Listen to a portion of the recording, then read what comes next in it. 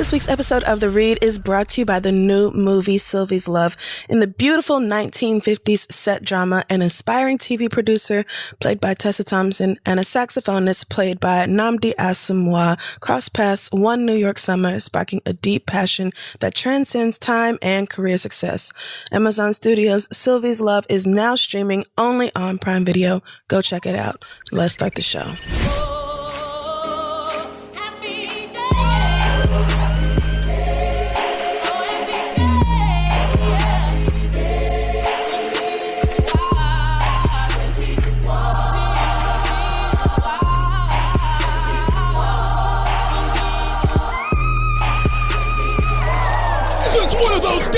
Where you don't want to wake up, everything is fucked, everybody sucks, you don't really know why, but you want to justify ripping someone's head off, no human contact, but if you interact, your life is on contract, your best bet is to stay away, motherfucker, it's just one of those days, it's all about the he says, she says bullshit. What?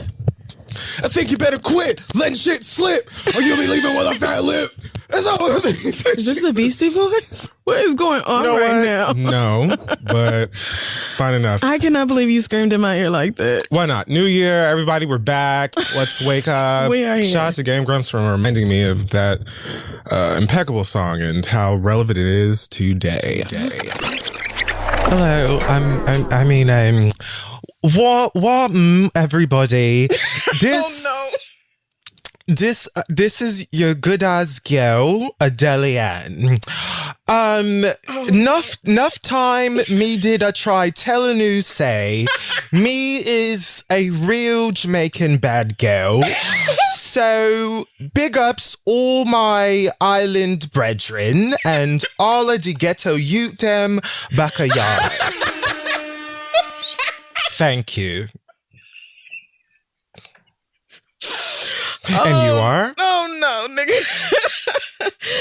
I am laid the fuck out. This is the read. Wow, Thank you for coming back, listening to another episode. It's really great to have you, Adelian. Thank you for joining the show today. Okay. All right. But more on that later. Yeah. We'll discuss her in a moment. All right. So this week in our pop culture segment, Hot Tops, It Swallows. Starting with driving Miss Daisy Chain. We're going to start with, let's just talk about a piece of it for our Hot Tops Bread Dead Redemption. Okay. So let's talk about our Hot Tops Need for Seed.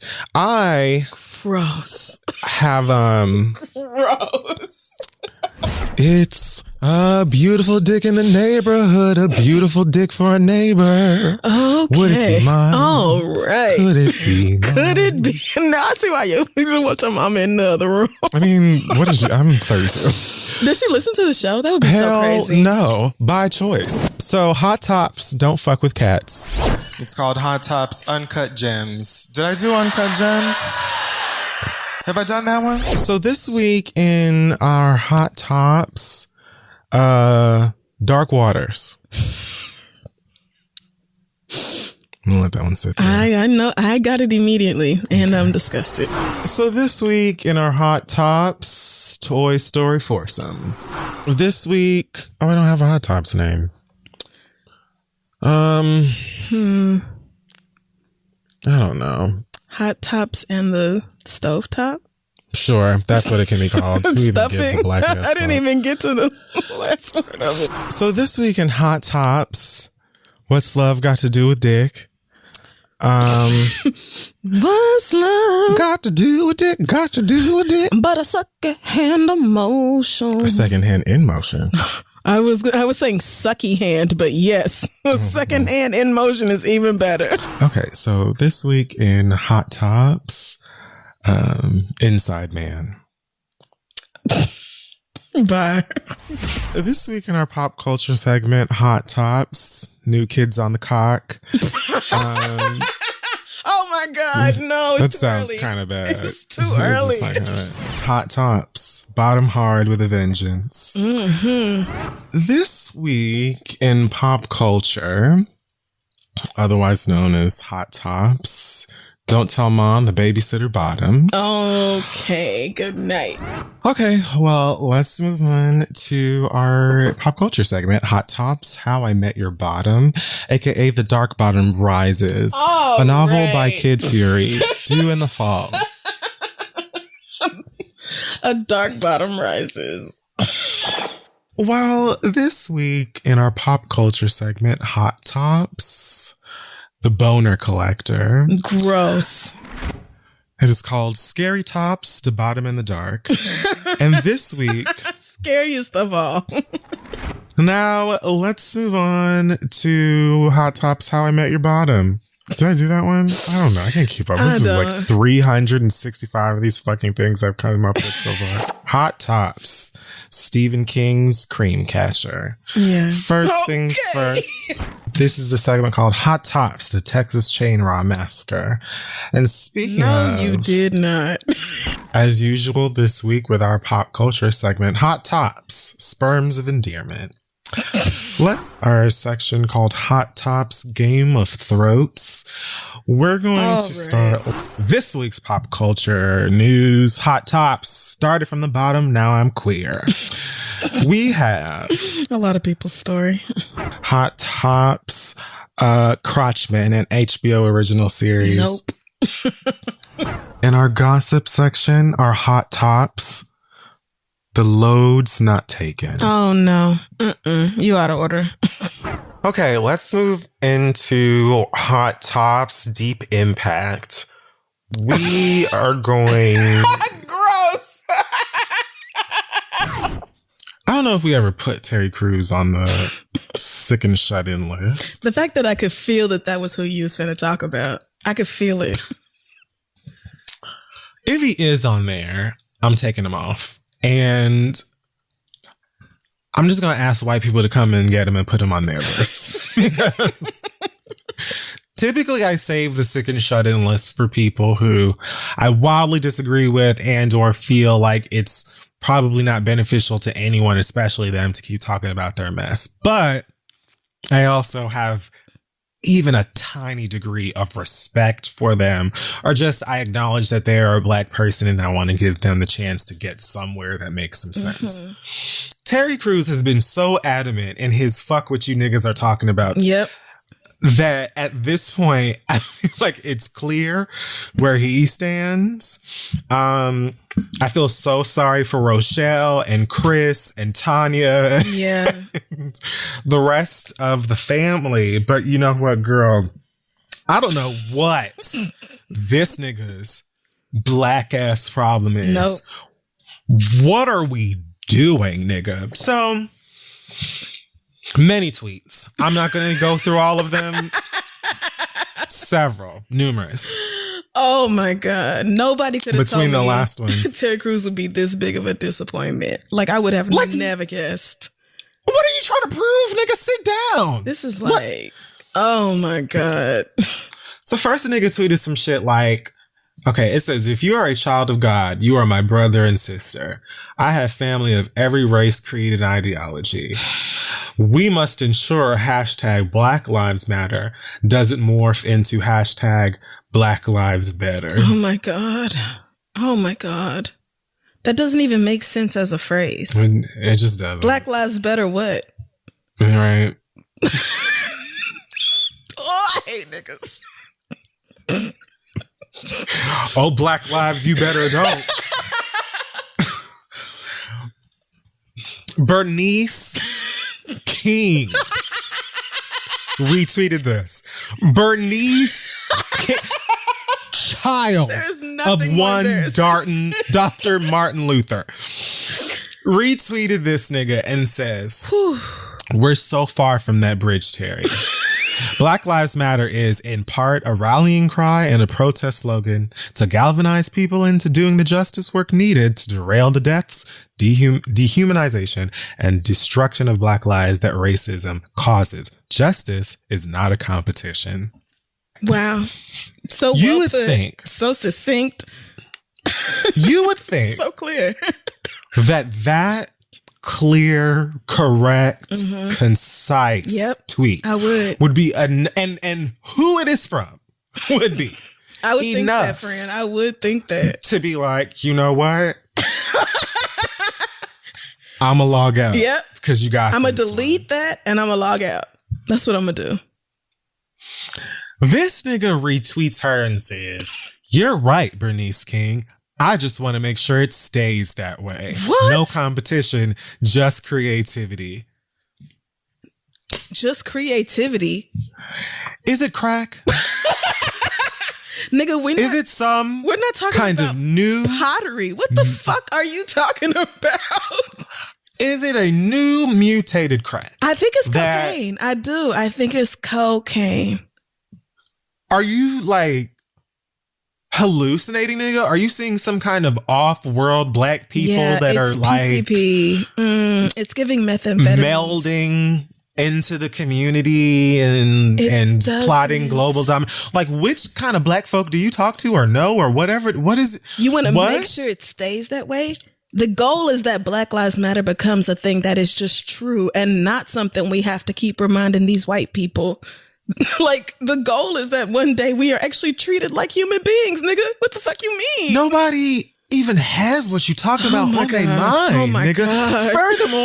Furthermore, if we were just some group of niggas that were like, we're going to get rid of all of these white people and build a fort around this bitch that we built and they can never come back. Like, even if that was what was on our mind, you are the girl who says, like, you're the one that's going to make sure it stays that way because we all want to hear from what Brooklyn Nine-Nine has to say. I'm so confused. I actually can't watch Brooklyn Nine-Nine no more because of this nigga. I cannot even stomach it no more. No shade, I was never really up on it like that. I don't recognize it as an unfunny show, but I'm not missing anything. He also tweeted on Saturday, are all white people bad? No. Are all black people good? No. Knowing this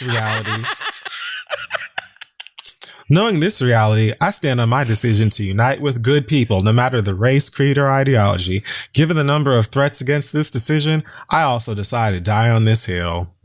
I'm a human rights activist, not a human wrongs activist. I bet you Terry Crews can't even tell you. Terry Crews. I bet you he cannot even tell you what a person's creed really is. Like, I bet you he actually does not even know what that means. Define creed. Right. Just tell me what somebody's creed is. What's your creed? I have a feeling you don't know. Please stop just saying words. Please stop just putting shit out there. This is just... I'm done. I've tried to get it and understand and maybe like, you know... Terry may just not be someone who deals well with social media judgment or scrutiny or whatever, because we saw him fold on niggas who were making fun of him for standing up. Or you reminded me of this shit. You know, after the whole thing that happened with the WME guy that assaulted him or whatever, and like niggas tried to like make fun of him or act like he was weak or some shit like that. And then he like later apologized for having a problem with it or speaking out against it or whatever. And said he wouldn't have believed him either. Like, so I'm like, you know, well, maybe Terry just doesn't know how to deal with niggas having bullshit to say about him. But like, you are acknowledging that this is the hill that you want to die on. Right. And I have no idea why, because to this day, I don't know what the fuck point you're trying to make. No, and he doesn't either. I don't know what happened to Terry Crews, but he has no idea what the fuck he's talking about. And it's just, all of this is a tragedy. Those are just words. They don't actually mean anything. The way you arrange those words together, it's not telling me anything. Human rights activist, not a human... Nigga, somebody should slap the fuck out of you. Human wrongs activist. Human wrongs. This nigga sounds like a cult leader. You need to be evaluated. Like, you sound like a Trump supporter. That's how little sense you're making right now. And the fact that Trump supporters are the ones who are eating it up should let you know that you're not making no goddamn sense. And all shade, America's Got Talent should honestly be hitting you on your line and being like, can you shut up? Because after you try to defend us, you further sounding this publicly dumb doesn't really help us in our case out. Because if anything, assuming that someone has sense that is paying attention to both Terry Crews and Gabrielle Union, after all of this, I would probably be more like, so Gabby, hit us with some more of that truth, because obviously you're the only one making sense. Right. Except for the people who don't want to believe things that make sense any damn way. No, yeah. Child, fuck Terry Crews. I'm just done with that nigga. I really just wanted to bring this up to say, I don't know if we had him on the sick and shut in list, but just imagine that he is without being there. And what I mean by that is I don't respect this bullshit, and I also don't need for y'all to tag me in any more of his tweets. I don't like no. I know the idea of the Real Friend app is funny or whatever, but like it's actually kind of nauseating to constantly see these tweets from him. Just anybody else. Who else? Speaking of money, Boosie Badass is offering Mark Zuckerberg $100,000. You didn't have to do that.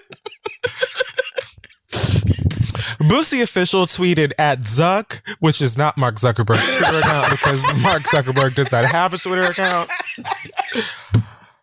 At Zuck, I got 100K from my official Boosie IG page back. What? Yes, he is apparently offering Mark Zuckerberg $100,000 to renew his official Boosie Instagram page after it was removed, likely due to NSFW content, maybe scams. But Boosie apparently also has a backup page because it exists on Instagram where they were posting the latest footage from a pool party that he had recently, which was reasonably attended. You know, it looked like the COVID special. You know, nobody was wearing masks, but it wasn't packed. A lot of you niggas are doing way worse in terms of your gatherings. Lord. So I'll give him that.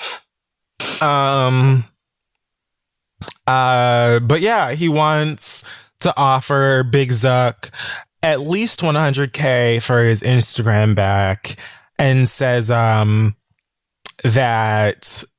he... Yeah, that's pretty much it. Okay. Well, I mean, the whole, Mark Zuckerberg not having a Twitter account aside, which is honestly, that story could end right there. Because how? But also, did you really think $100,000 meant something? Hello. To the man who founded Facebook? Do you really think Mark Zuckerberg likely wipes his children's asses with $100,000? He don't even wipe it. He pays somebody to wipe his kids' ass. Hello. He pays somebody $100,000 per ass wiped. Like this, that's nothing to him. $100,000 is less than play money to that man. So at some point, I need for one of y'all that actually cares about this man and his spray painted hairline to tap in and be like, hey girl, so one, Mark Zuckerberg doesn't know who you are, doesn't care. Bigger things to worry about in that white world. B, you were likely banned because you may not put your pussy lips on live for any amount of money. You just can't do it.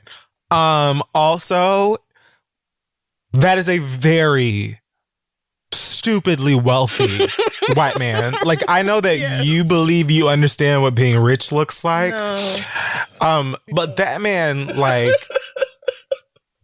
$100,000 is probably like one cleaner. Actually, like whoever cleans one wing of the house, maybe that's what they get a week. Like, that man was never even going to spell Boosie for that amount of money. So this is funny, but sad. So one of y'all should care about him. I mean, Mark Zuckerberg is like also not even at all involved with the day-to-day operations over at Instagram. That would be somebody else's decision. You bribing the wrong nigga. Never heard of you. Like, somebody, because it's not me. I left Boosie a long time ago, but somebody who cares should really reach back and help that nigga from looking so goddamn stupid. Because this is foolish. First of all, who are you tweeting to? Where is that going? The next time that Boosie has his honey bun cereal mega feast, he should one of y'all should be like, before we take the first bite, we just wanted to have an intervention and talk to you about this misinformation you have in terms of Mark Zuckerberg, what he does and what he would do for you, which is nothing. Right. So he does not know who you are. Doesn't care, never will. So yeah. Oh, get him out of here. I just found it funny that he, first of all, who told you that his Twitter was Zuck? It's like you started typing his name and you saw something that was close enough and you just said, fuck it, it'll get there. Anyway. Like, they'll get it. Like, that's not. Point stands. Oh, God, Boosie. I just know niggas would like jazz up a Hot Pocket and throw it in the air fryer and call it a YouTube. So, well, I'm not judging nobody who did that. We I've know. done that about 3 times this past week. We know. I'm a chef. At this point, it's gourmet cooking. Aisha Curry has literally nothing on me. Okay. Let's just discuss it because you in this damn air fryer. I would like to say to the Uncrustable Hive, I apologize while also maintaining everything I initially said about the Uncrustables. Hear me out. It's still just a peanut butter and jelly sandwich, and in almost every way, it would be faster and more convenient for you to just make the sandwich yourself. However, there's some odd X-Files-like thing with Uncrustables where it still feels more convenient than making it yourself. Like, you have to, whether you put it in an air fryer or wait for that bitch to thaw or whatever, it literally takes longer. No matter how, unless you eat it frozen, which I think some people do. But wow, okay. It is not more convenient, yet it feels like it is. And they're tasty.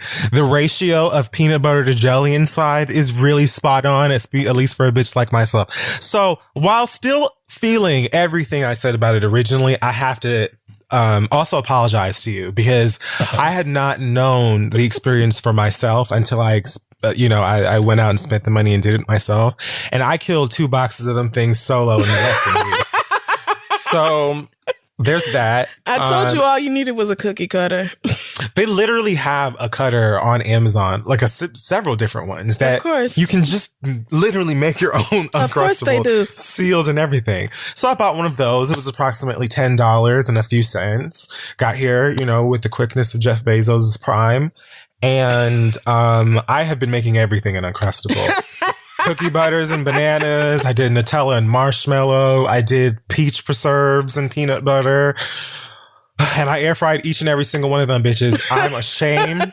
I haven't admitted to my mother yet that I haven't made anything but not fried an actual pastries. Meal, no. Because I know she will never buy me this. Oh, I lied. But here's the thing. Oh, yeah, I made salmon and green beans. All of the chickens. Oh, yeah, you lying. Stew. Nothing but sandwiches. She'll never buy me anything ever again. So, I just wanted to say I apologize to the Uncrustable fans while still maintaining everything I originally said about it. I just understand you more and I respect you. And also, if you are a hardcore Uncrustable fan, I think you should just go ahead and get one of them cookie cutters and do the shit for yourself, bitch. Because when I tell you that I scooped up a solid cinnamon raisin. Oh, see, you love cinnamon raisin. Who the fuck doesn't unless Me. you don't like cinnamon and or raisins? Exactly. Delish. I was like, listen, Uncrustables are great. But what if I want the choice?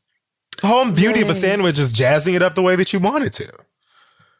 I'm just saying. Exactly. And I'm sure there are countless parents across the country who have been making their own Uncrustables every week for their baby's fucking lunch or whatever. Probably. And saving whatever money. Because why wouldn't you just make, 5 or 6 peanut butter and jelly sandwiches at once and freeze them hoes for the week, I wonder if I could Uncrustable some French toast. Keep in mind, I'm not supposed to be eating any of this. Oh, no, you're definitely not. Because I'm sure are you getting gluten-free bread? No, because it's not going to work. And I'm not disappointing myself off of it. I was like, I'll try it with some gluten-free bread after I try it with real bread. Because I already know gluten-free bread often doesn't, it's more crumbly than soft. And I feel like the whole way to get it to work is for it to be, I think it needs the wheat. So then it will work on French toast. Just make sure you don't get too soft of a bread. Like brioche would be really good, but brioche is also full of butter. But they also sell it pre-sliced at Whole Foods. So you could get a loaf of it pre-sliced at Whole Foods, make some French toast, turn that French toast, 2 slices of that into a sandwich and Uncrustablize it, freeze it, and then, throw it in the air fryer and let us know. I'm going to act like I never even had this conversation. I have already fallen too deep into the dark side. Okay, well, and I'm not helping. Okay, so, but, I'm just happy that you are getting a lot of use out of your... Niggas love air fryers, so I'm glad you're getting... They're amazing. That's what I've heard. So my mama got me the one that's an air fryer and... an Instant Pot? Slow, yeah. She got me that one. So it's like a slow cooker, pressure cooker, whatever. Oh, with an nice. air fryer as well. And you ain't made no actual meal. No I have made fried pastries, yes. Cinnamon bread and marshmallows. She sent you that so you could make yourself some soup for the winter. So you could cook some meat real quick. She's like, if she ever finds out that all I have made in there is sweet sandwiches and shit, she's going to be like, send it back. Of course you took the appliance I sent you and decided to make dessert and nothing but dessert. And nothing but dessert. And oh Lord, if her mama finds out, it's a mess. Because my Jamaican ass grandma is going to be like, I'm coming up there to get it from you. Because what you're not going to do is keep eating all of this garbage. That's it for Hot Tops this week. We're going to take a break and come back. Okay, guys, let's take a quick break here to talk about Talkspace. No matter how you're feeling about the new year coming through, I know that I have been working through a lot of my anxieties about all of the things that are going on right now with my therapist, and I wholeheartedly recommend Talkspace for therapy. Talkspace lets you send and receive unlimited messages with your dedicated therapist in the Talkspace platform 24/7. You can set goals with your therapist, and they help hold you accountable and make sure that you're progressing. Therapy can really help you shift your perspective, find tools to cope in difficult times, and really be a guiding light. You guys know therapy has absolutely 100% changed my life, and I basically never stop talking about how good it can be for you when you find a therapist who really works for you. My therapist gave me practical guidance that really changed my life for the better. I'm so glad that Talkspace is available and that people can receive the support that they need now more than ever. As a listener of this show, now you too can get $100 off with your first month with Talkspace. So to match with a licensed therapist today, go to Talkspace.com or download the app and make sure you use code READ to get $100 off your first month. Again, that's code READ at Talkspace.com. Let them know Kid Fury and Crystal sent you. Okay, let's wrap up the show. Let's move on to the next part. Yes, so our first question this week comes from Kendra, who says, I'm going to get straight to the point. My ex-husband and I are both fine-ass black doctors. Okay, well, thanks. Bitch. She didn't say the bitch. I just included it for a fact. Right, I mean, that's how it felt. We've been married for 2 years, together for 8. Our careers are great, and we've been trying for our first baby. We're both 33. Okay. We had the careers, the house, the cars, and no student loan debt. Life married was to medicine. Damn near perfect, and if we weren't working, we were fucking. Oh, okay. Sounds perfect. I mean, I haven't heard anything bad yet. I say all this to say that life was as perfect as humanly possible until something happened. Right. I am an OBGYN who works at a private clinic, but one night a close friend of mine asked me to cover his patients while he went on his anniversary date with his husband. My husband said he was at work, so I had no need to let him know that I was called in to deliver a baby. Okay. Imagine my surprise when I walk in to meet my patient and my husband is in the room kissing her forehead. I do believe I died on the inside, but I maintained professionalism and I delivered a beautiful baby girl who looks everything like I imagined my daughter would look, which is a spitting image of her daddy. Throughout the 6 hours it took to deliver this baby, I acted as if my husband was a complete stranger. Okay, Tyler, you didn't have to write this to try and prove a point. Like, you clearly felt away and you wrote this in because You're trying to prove that you can. Okay. This sounds incredible to me. Like, I don't know how you could just sit there and act like your husband is not. There wasn't a scalpel in reach. This is what the email says. I acted as if my husband was a complete stranger, and as soon as I could, I left and went to my sister's house where I've been for the past month. I filed for a divorce, and I blocked all communication from this nigga. Now here is the motherfucking bitch-ass fuck my life kicker. That's not it? It isn't. I just found out that I'm 5 weeks pregnant, and I do not want to keep it. My family and friends are against my decision, but I have no interest in being a single mother or spending the next 18 years co-parenting with that man, and I will never take him back. This may sound selfish, but I am too angry / miserable to bring a person into this world. I honestly have no love left in me. I am broken and empty inside, but not really because there is a fetus in me. Okay. I have a therapist who I used for premarital therapy, and I am booked to start seeing her again next week, the day before my scheduled abortion. What do you guys think? Am I being irrational here? Any advice from some impartial people would be great. Thanks, Kendra. Are you fucking serious, Kendra? So Kendra sent this like as soon as we left the studio last week. So at this point, I think she's probably had her abortion and or seen the therapist. But if this is a real letter and not just something somebody randomly made up, because it sounds a little incredible. I'm really okay, because did the nigga just be like, oh, hey, woman, I don't know? Like, did he not freak the fuck out? Like, did nothing happen? Like, literally neither one of y'all said nothing and you just delivered this baby like it was nothing?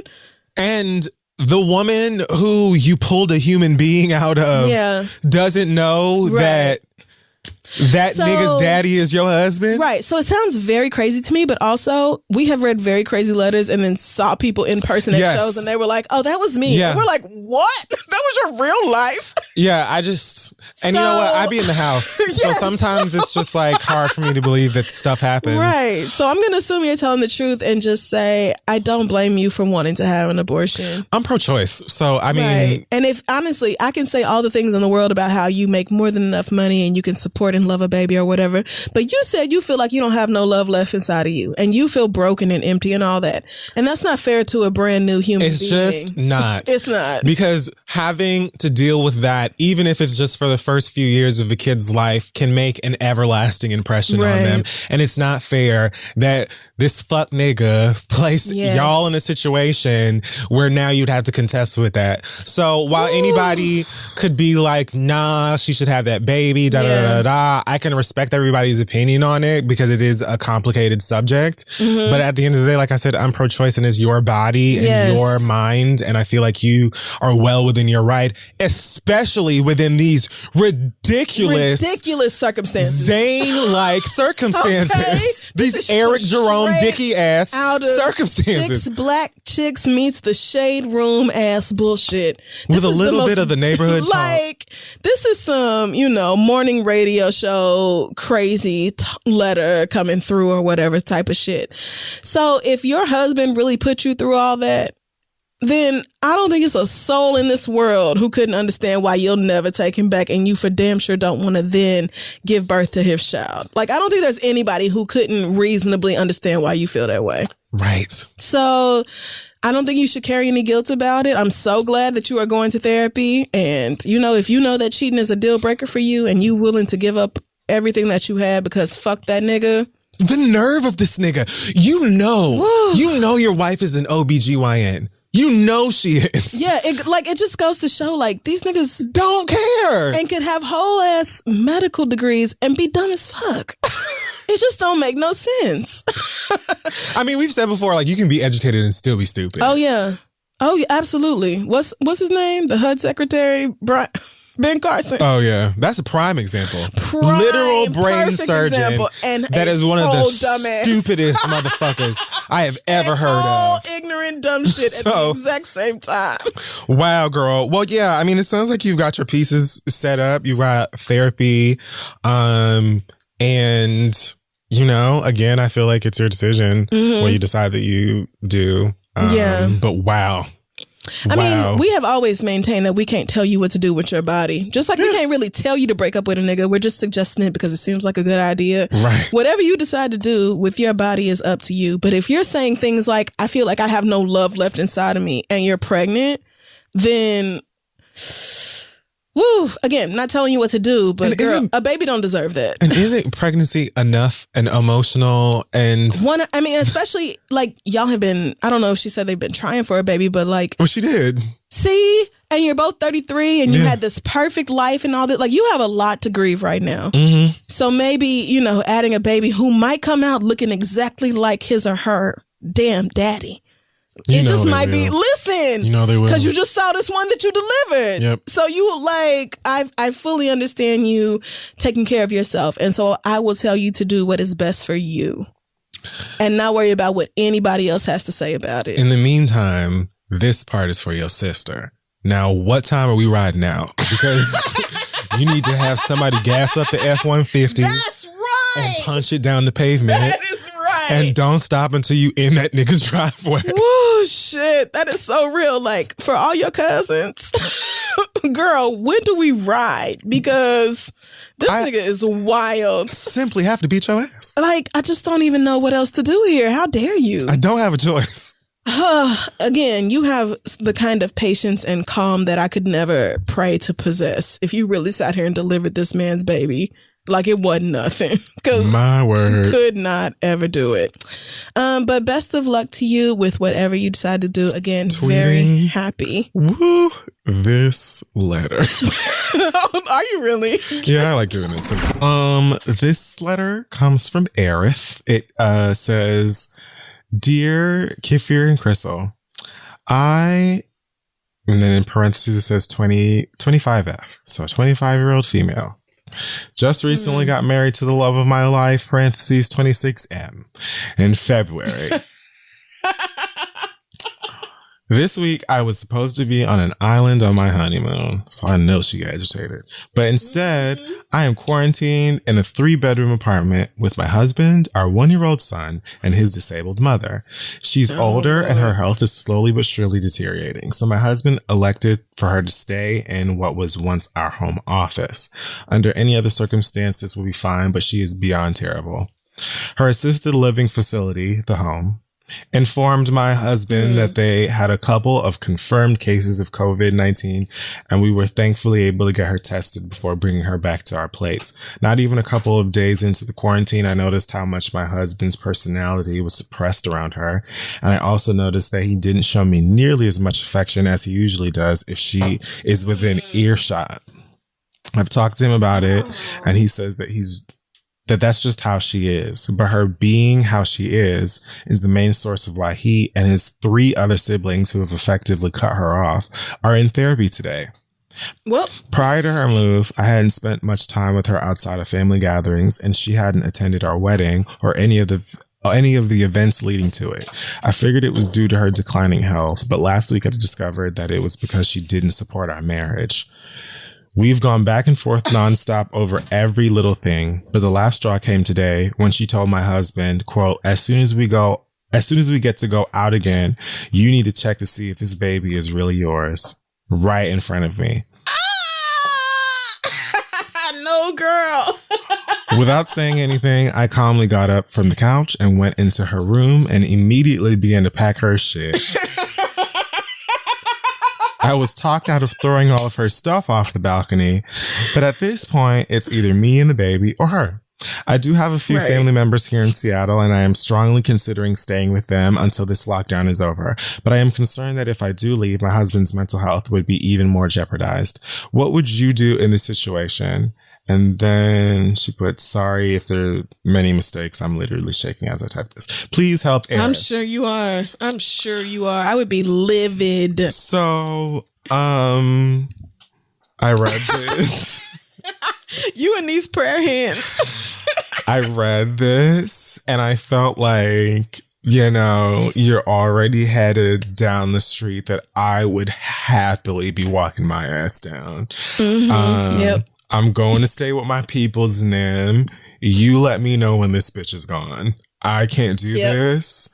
I've compromised with you and letting her be here, letting you not be as affectionate around me because she's here, letting you just all around be weird, letting her just say little things that I don't like. But where I'm absolutely going to stop the buck is at this woman questioning the paternity of our child in my house where she is a guest.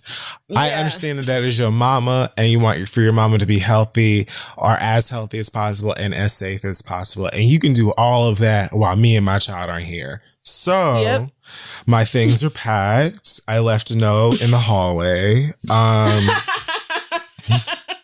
You let me know when she's back at Shady Pines because I'm not doing this. I'm not doing it. I'm not interested. I feel like that's fair. And if that affects your husband's mental health, you've already wrote in this letter that he's in therapy, so he can take that up with his, therapist or whoever it is that he speaks with. Just because his mother's health is deteriorating or whatever it is that she's dealing with doesn't mean that she gets to be disrespectful to you in your house. Like you already, your home is already supposed to be a place where you can have peace, regardless of whatever the fuck else is going on outside. Guess what's going on outside? A pandemic. So you gotta be at home, which means your at home peace is that much more important. It's essential. Thank you. It's essential. So her, for whatever inexplicable reason, being disrespectful to you in her house where she's a guest for her own goddamn health and safety is unacceptable. I would absolutely pack up my fucking shit and my baby and going over to my mama, cousin, auntie, whoever the fuck house in Seattle that I need to stay with. And then he can figure out what he has to figure out until the lockdown is over and she can leave. And then it just is what it is. You just got married. Literally in February. Both of y'all are in your mid-20s. So I don't even know how this stuff is affecting you financially, anything other.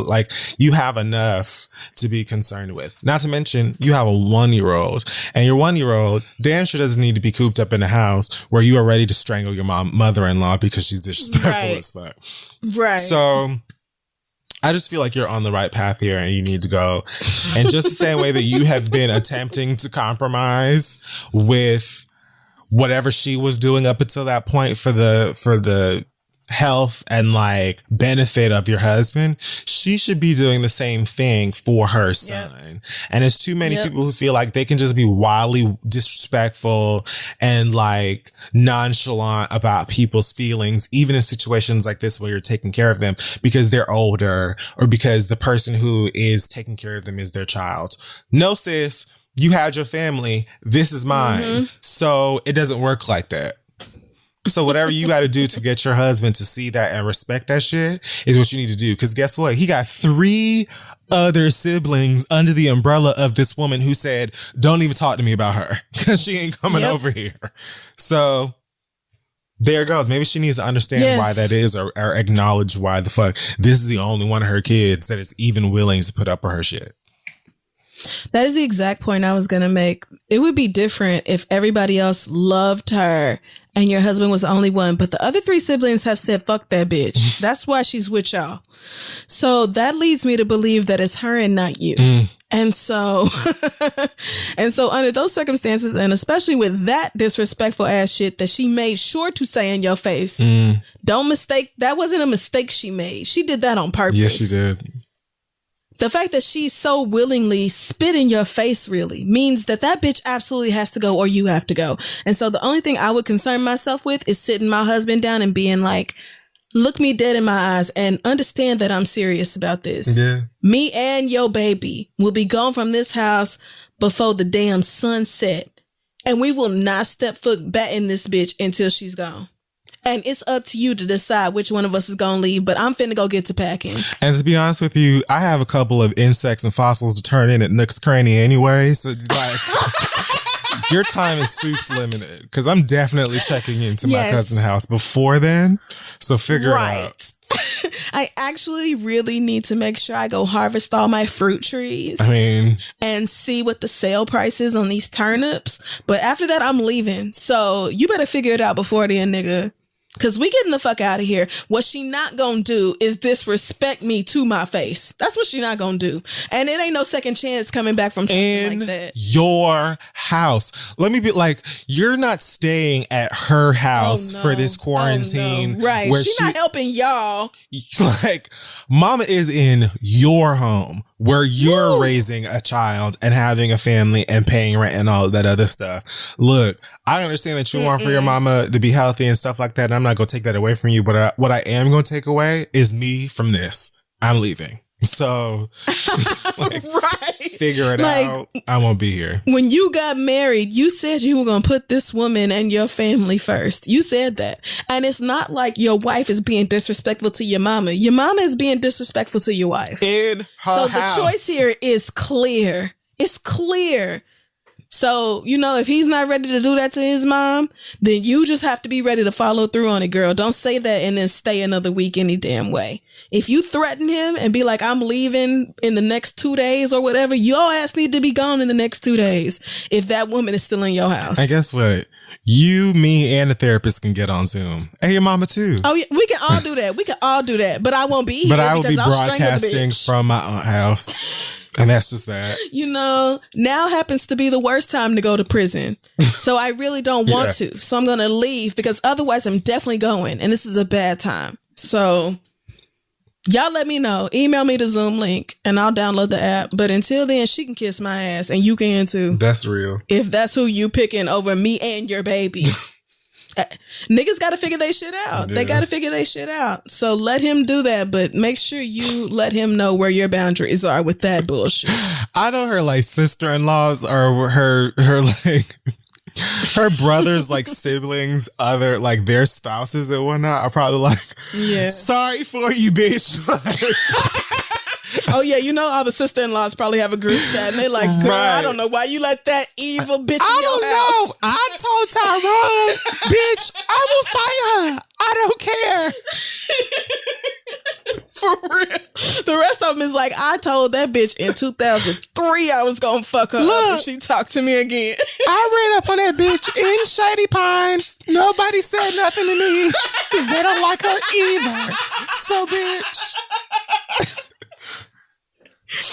Oh, God. Good luck to you, sis. But you absolutely don't have to tolerate that, especially when you have family in the city. Fuck that. That's a blessing. So make sure, call your mom and be like, I just want to let you know, me and the baby might have to come crash because of this nigga and his mama. Right. And other than that, be ready, to do what's best for you and your child. Yep. Our next question comes from Brandon, who says, I've had a friend for over a decade, and he recently decided to start a podcast.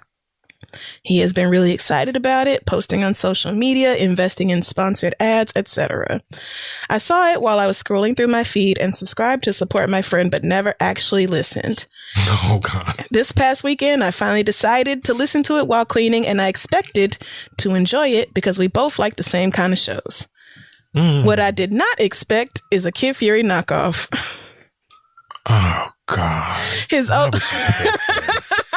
because that is hilarious.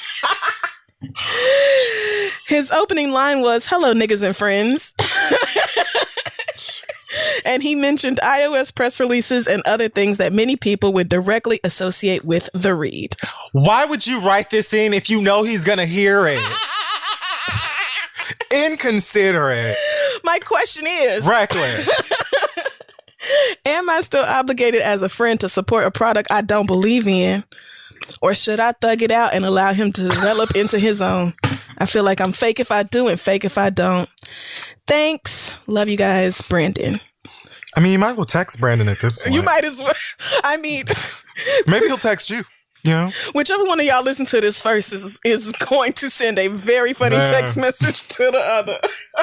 Wow. So what should he do? How should he confront this situation, if at all?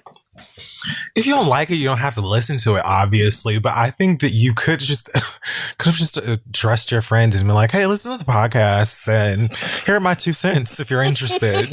I don't think that there's anything wrong with giving your opinion on your friends or family's creations or stuff like that. Their artistic works, creative endeavors, but like, I feel like the route you chose is probably not the best overall.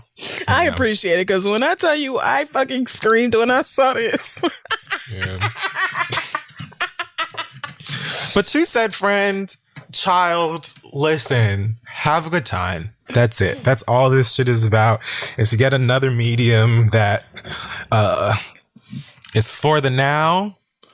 And you just got to make it whatever you want to make it. Just have a good time and don't feel pressured to like live up to any particular standard or sound like any particular thing or do whatever. 90% of the time that I sit in front of this microphone, I don't know what the fuck I'm talking about. And 100% of the time when we turn these microphones off, I forgot everything I said. So like there isn't much of a recipe over here in terms of anything.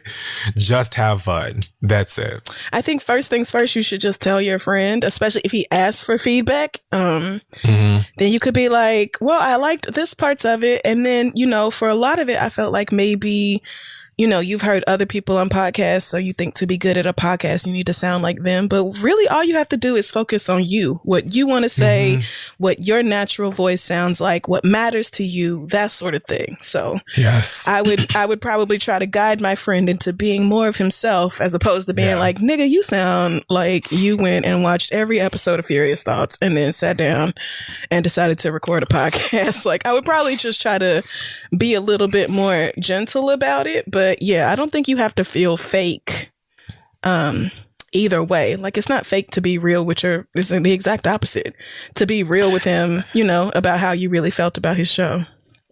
And it's fine to like have artistic inspirations or comedic inspirations or whatever, you know, category.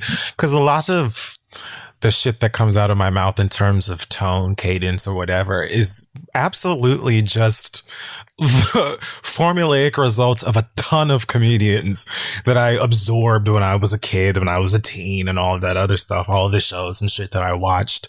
You know, I don't try to like say things verbatim that I heard unless it's a reference or stuff like that. But like, it only makes sense really, regardless of what you do. If you were a music producer, you're probably going to have somebody that you were inspired by that kind of has something to do with the way that you work or the way that you process. So it's like, that's fine. But just, you got to try to find ways to let your individualism, is that a word?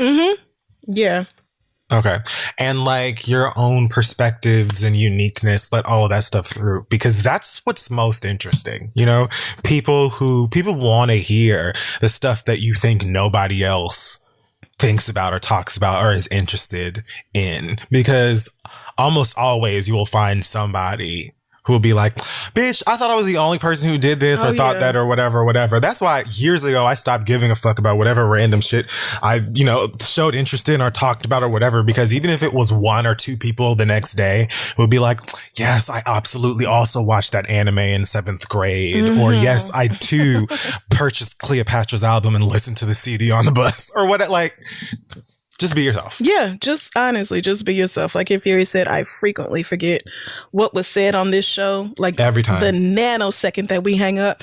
And it's always funny when like 2 or 3 days later, somebody tweets me or sends me a comment on Instagram and it's like, bitch, I too was obsessed with the Bop It or whatever, you know, something like that, where it's like, oh yeah. So I think all you have to, you, your friend, and anybody else who is interested in starting a podcast, you don't have to worry about sounding like anybody else. You just need to be, you know, be yourself and talk about what matters to you, what has affected you, what is big or important or influential in your life. And good luck to him. Have fun.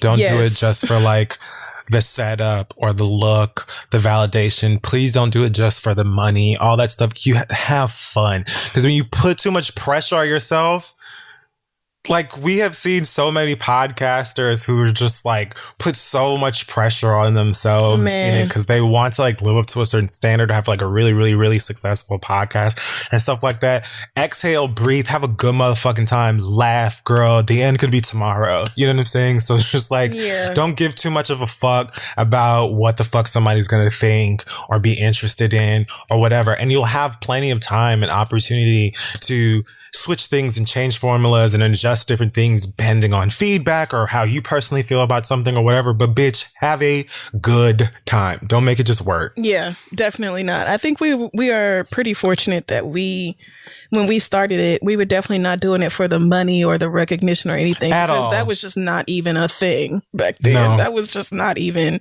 a thing. And so maybe people are feeling very pressured these days when they start a podcast to hit certain metrics or get ads or whatever. But like, we never aimed for any of that. The landscape was totally different. Yeah, it was. It was completely different from what it is now. So I understand that, people are probably looking at it in more of a professional, like, let me get this together so I can have ABC and blah, blah, blah.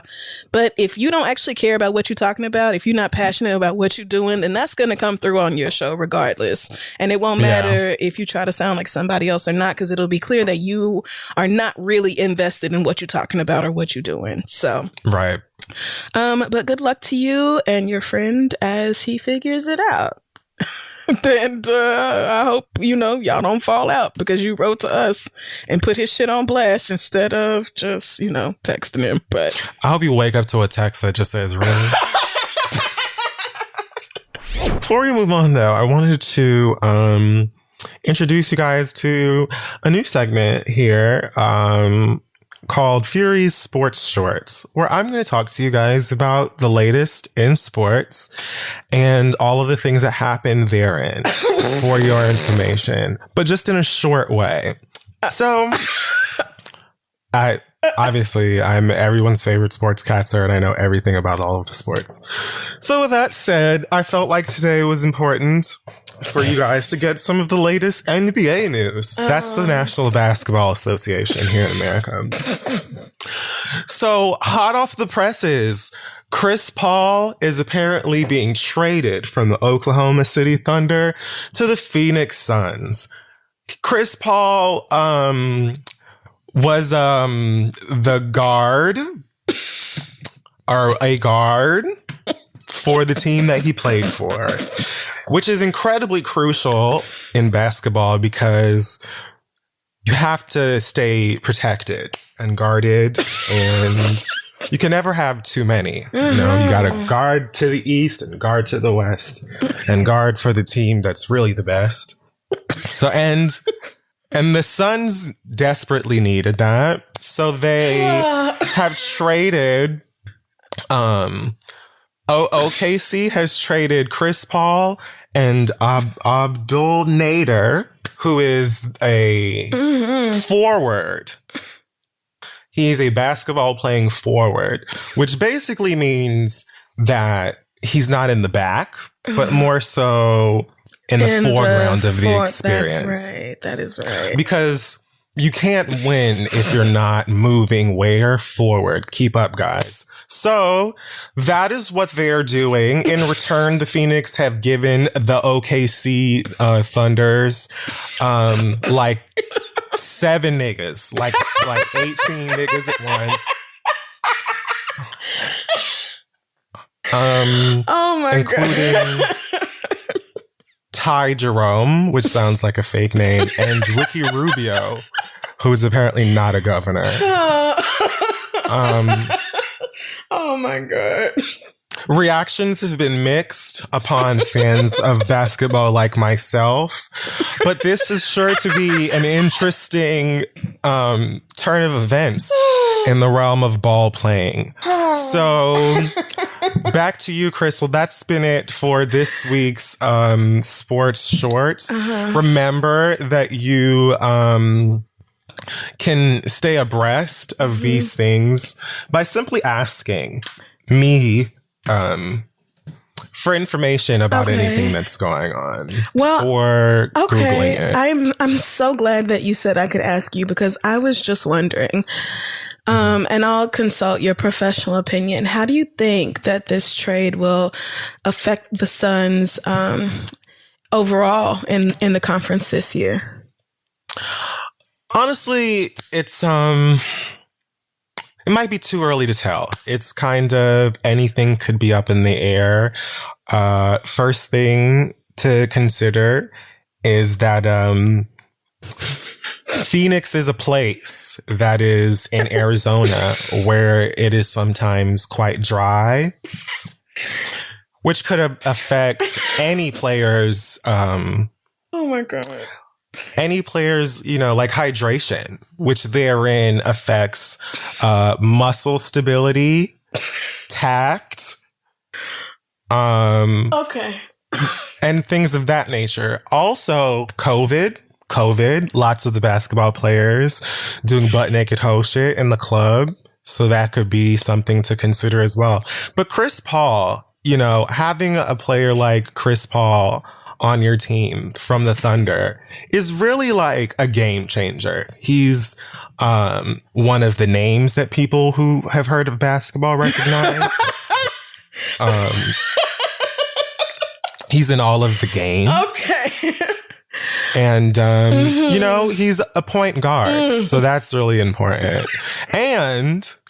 Okay. And all right. Yeah, I did this. 2-time Olympic gold medalist. So really a superstar altogether. And I feel like that's probably something that will make a huge difference.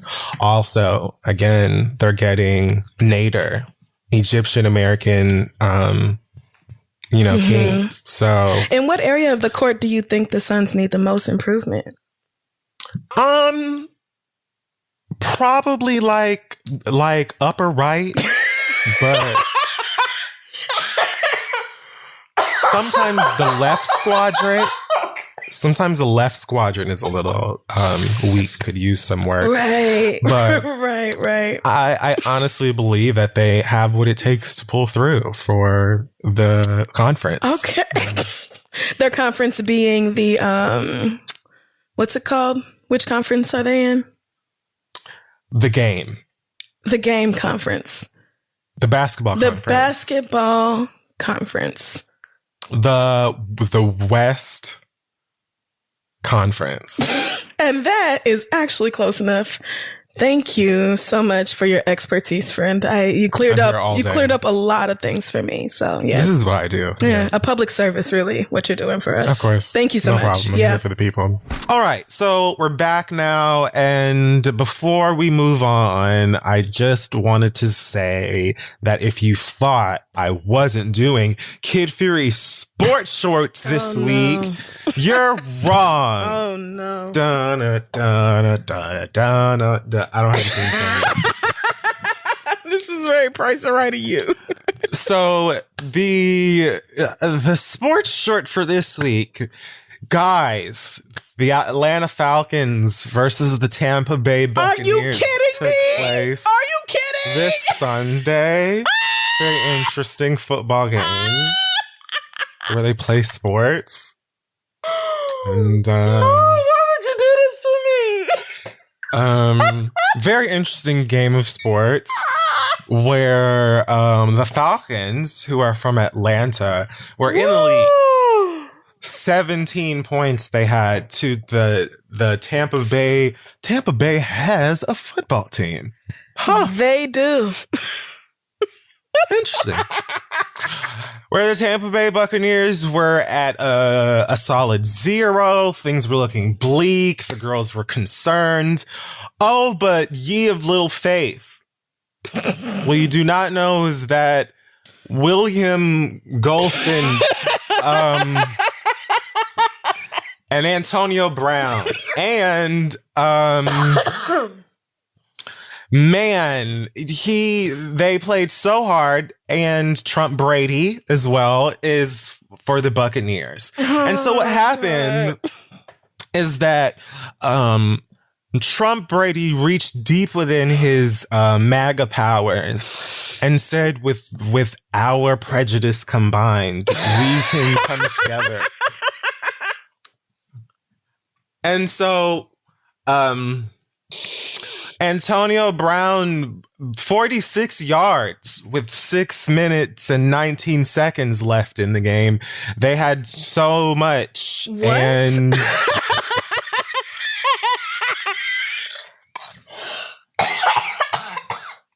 what the fuck are you saying?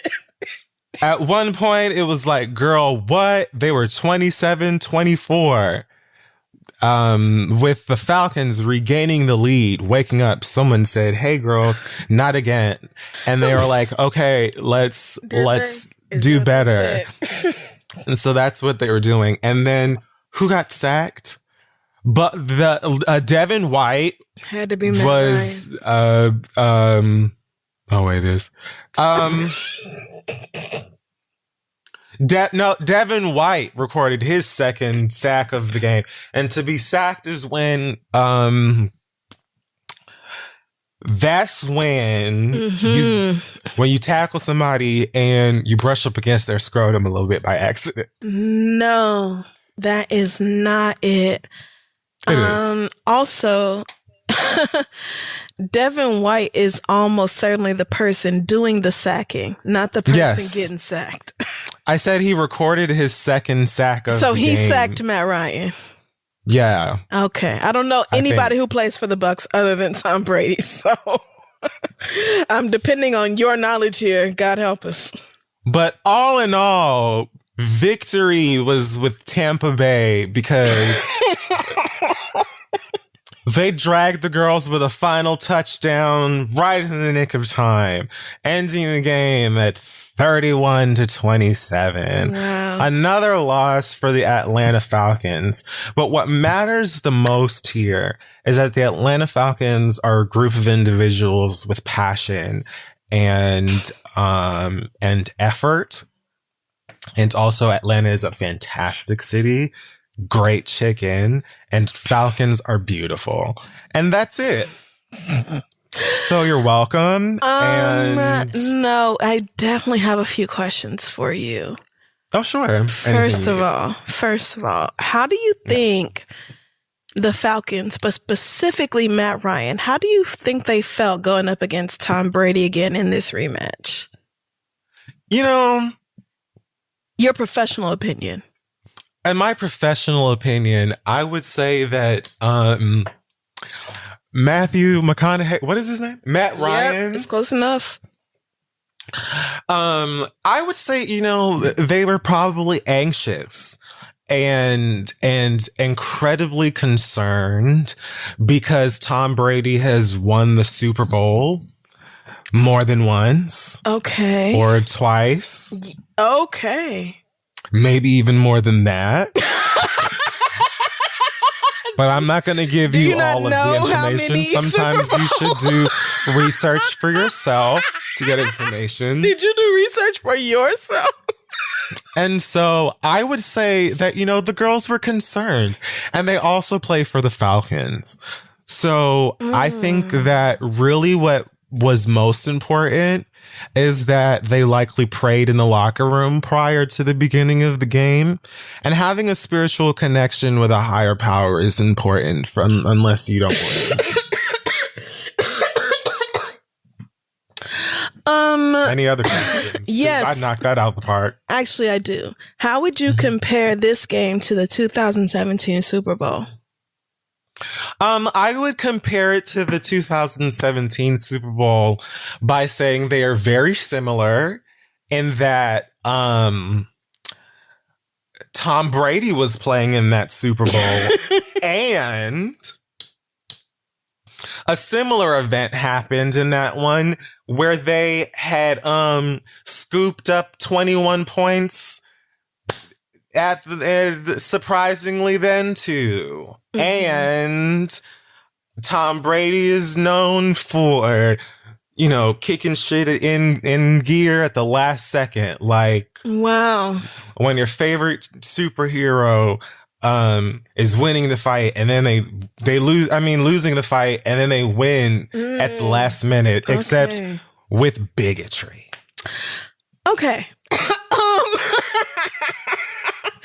Okay, just a couple more questions. Do you think after Deflategate, Tom Brady should have been allowed to continue to participate in the league? I would say absolutely not, because are you Googling? I just don't like him. Yeah, absolutely.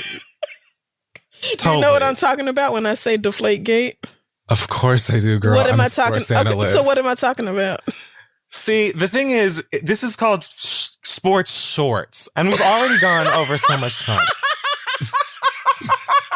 Absolutely shameful. So let's get back to the meat of the program. So back with our letters. Okay. This next one. All right. I killed that. Like, that was actually... You did a great job. You incredibly fully answered every question I had. Actually quite proud of myself. You should be. That's it for the pop culture today. Before we move on, it's time for Kid Fury Sports Short. Oh, crap. This week in Fury Sports Shorts, we're talking about boxing.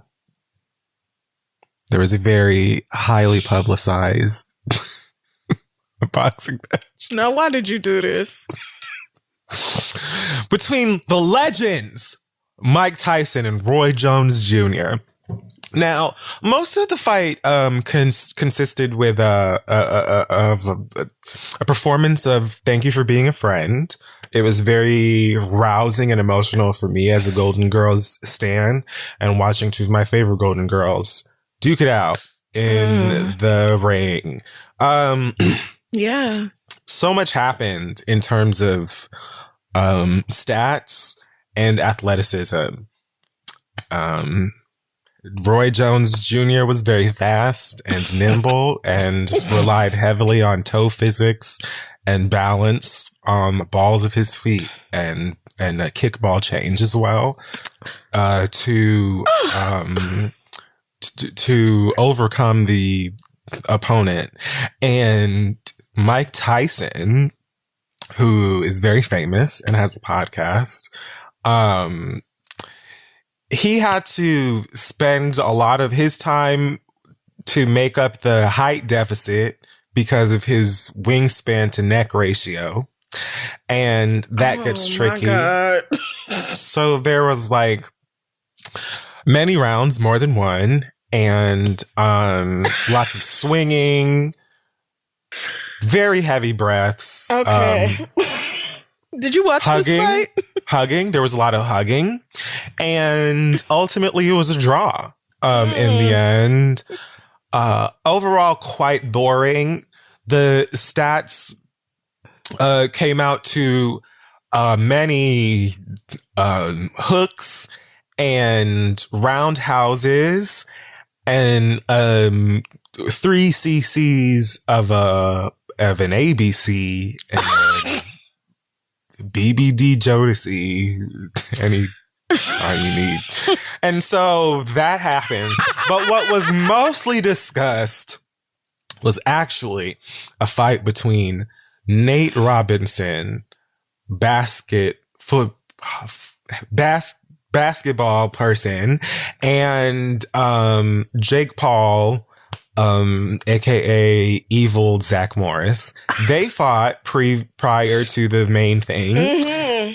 And Lord God, it was quite vicious and in a mad act of violence and possibly racism.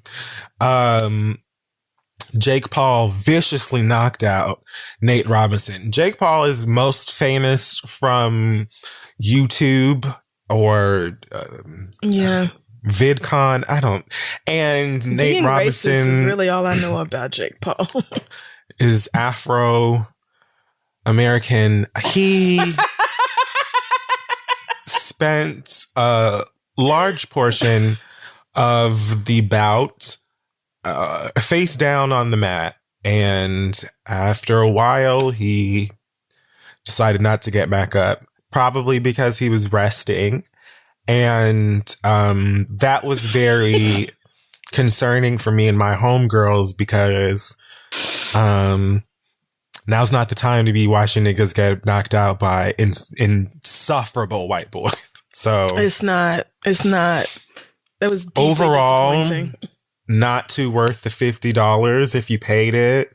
But yeah, that happened, and so many other things. And that's been the sports shorts this week. Oh, and if you boy. didn't watch that fight, you didn't miss much of anything. You can go watch the nice parts on YouTube, probably. So You lucky I don't know Don't feel nothing bad. about boxing, so I can't ask you no further questions about of this. course you can. I know everything about boxing. There's heavyweights and there's small weights and there are welterweights and there are shake weights and All there right. are waiting to exhale. Yep, there are. And so many things that I know. And I Sugar am Ray very- Leonard. Yep, that is a person. Mm-hmm. Wasn't and it Don all King. involved? Yep, not him either. But Yep. thank you, friend, Creed. for that incredible update from the sports world. We really appreciate it. You're welcome. Anytime. Okay, let's take a break. Well, like I said, I don't have much to say. I just want to talk about Red Table Talk this week because Oh my God, I forgot about that. because Bitch, I thought about putting that in the hot topics this week and I forgot. Thank you so. This is why we do a show together.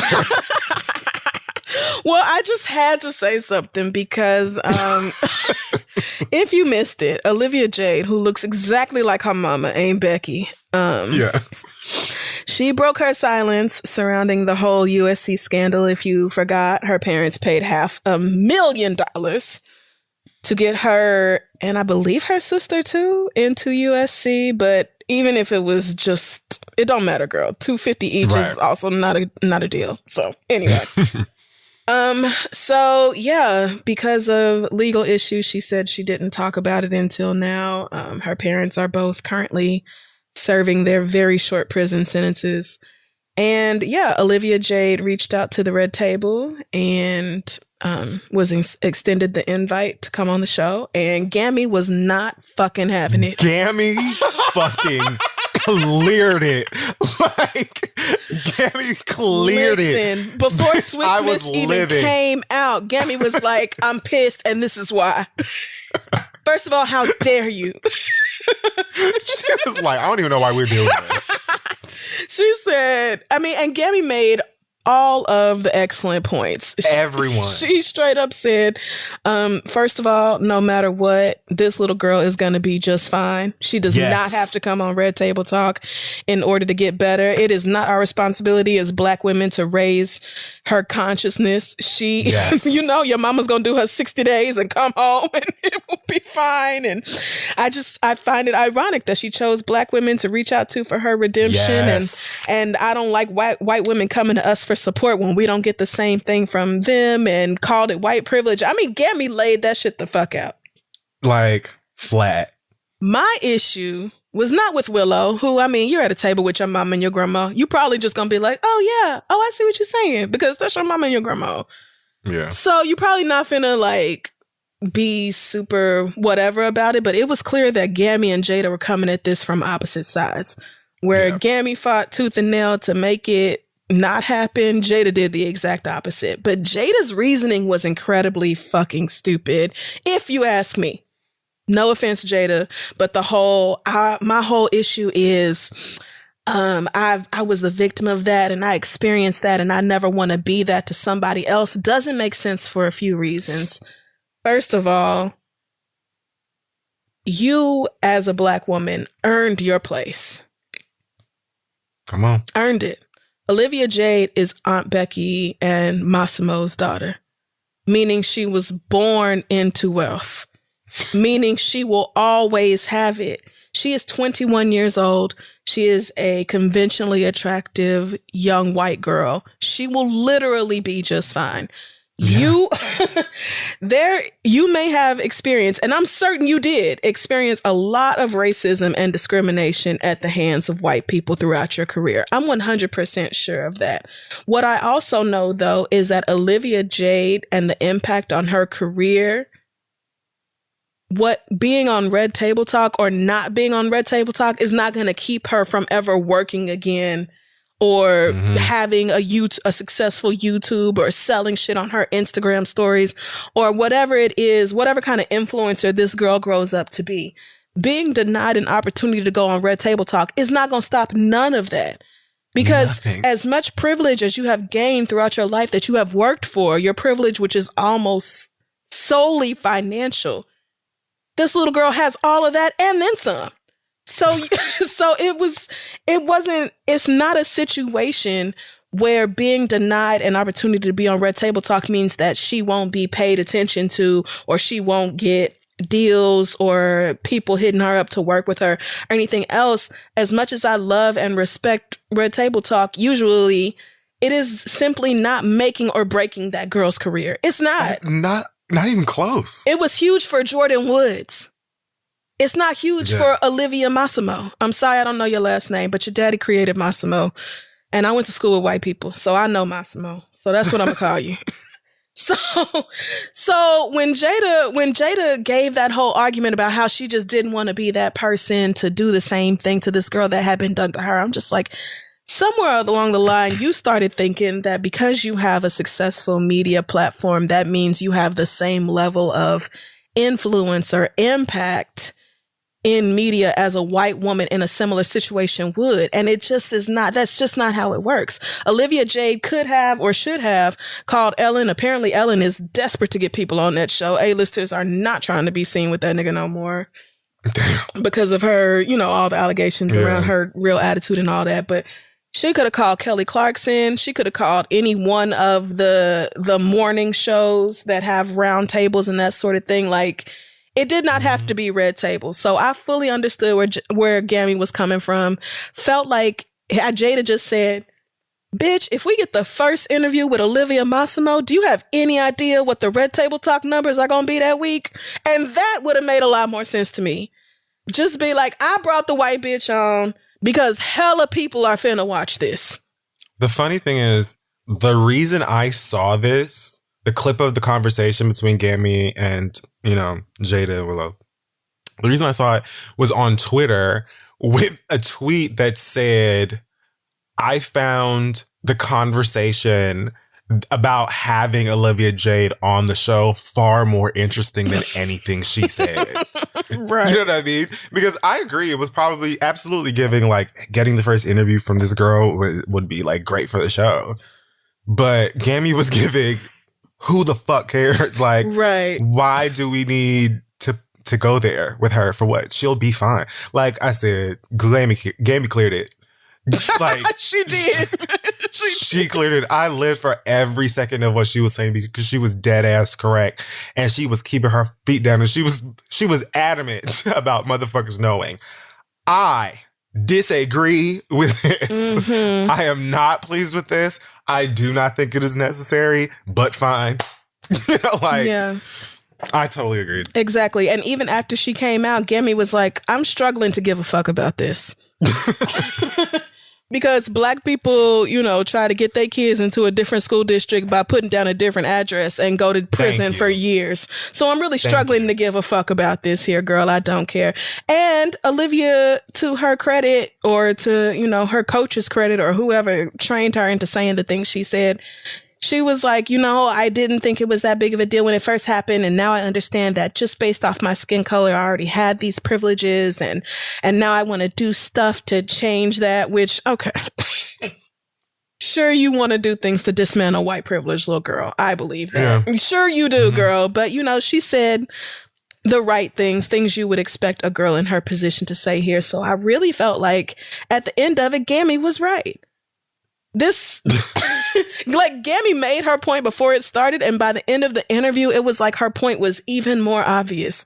She did not need this. This was her coming to black women to get support and nurturing, and oh, it's gonna be okay, and you're young and you make mistakes and it'll blah blah blah, when a black girl in a similar situation could not do the same. Did Jordan Woods go on Ellen? Did she? I don't think so. I do not believe, and Jordan Woods didn't actually do nothing wrong, as opposed to you and your parents spending all this damn money to get you into school. Like, it's just a fact of the matter that black women can't depend on white women for the sort of treatment that Olivia Massimo got from the Red Table. So in summation, Gammy was correct, as usual. And I just had no choice but to stand, because the whole attitude, she gave Jada every last bit of it. And Jada was like, yeah, you know, a lot of people are going to agree with you, Gammy. A lot of people, they're gonna say Gammy is 100% right. And I'm like, I'm right here. I'm right here because yes, she is. Jada talk about we gonna catch some heat for this. Gammy made it very clear that she was not in alignment with you on this one particular matter. And of course, afterwards, you know, they posted videos and pictures talking about no matter if we disagree, we still got each other's backs. Of course. Yeah, nobody thinks that y'all are gonna stop being mother-daughter over this. But but the point remained that Gammy said the fucking truth and put it out there, and it needed to be said. So thank you, Miss Ma'am. She sure did. Points. And made sure we knew too. And then when that little girl came out, I thought, oh, okay, so Gammy just gonna go in the back of the house and, you know, smoke some weed or something. Gammy sat right there and said, let me remind you that Black people have real problems. So you sitting here talking about this, and I'm just struggling to give a fuck about your feelings. How can you not? Like, I loved it. I loved it. So, oh, thank you, Red Table Talk, for, if nothing else, keeping up the mess in the middle of the pandemic. Because that was the entertainment I needed. I just want to start by saying, white people, your audacity at this point is getting to a place that should be frightening for you. I think it should be frightening for everyone. Some of y'all are so goddamn bold right now. And I know that the flaming hot fascist has a lot to do with that. I know that he lights a fire in, you know, your racist bellies and makes you feel superpowered, perhaps. But some of y'all gonna have to calm down because you will still get your ass beat 2020 and beyond. That's just life. Yes. So I really want for you guys to remember that before you start making some of the really insane, just brazen decisions that you've been making lately. I got back home from, again, a beautiful trip to Mexico just earlier this afternoon. And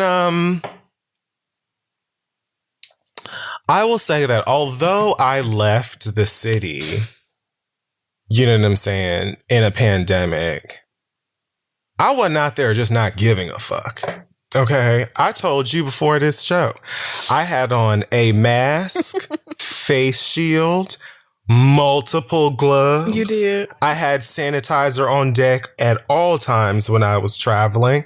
And where I stood, you know, like I wasn't playing that kind of game because for what? So when I come home, obviously, it is no damn different. Come back to the house, put my shit down, and I go to pick up my child.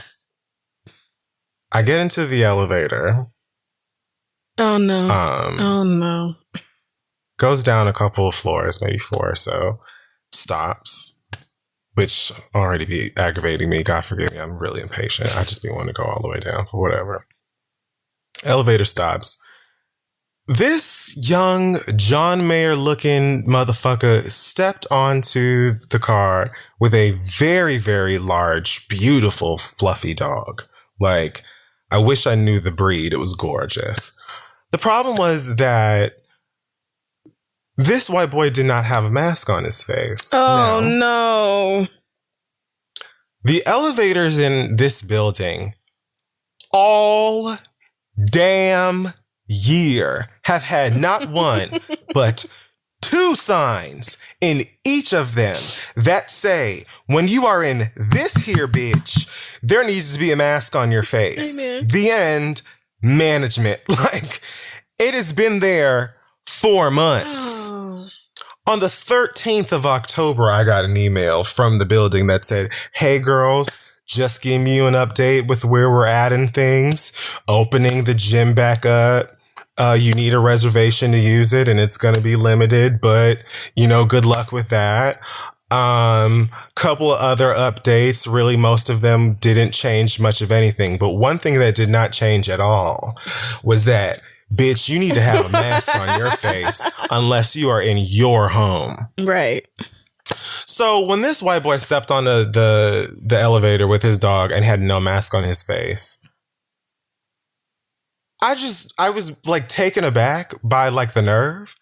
And so I kind of made this motion, this kind of shrugging, like, what kind of motion? And then I just stepped off. I didn't say anything to him. I just stepped off of the elevator. Amen. And I wanted to so bad because maybe like a week or two ago, I was leaving to go like to the pharmacy.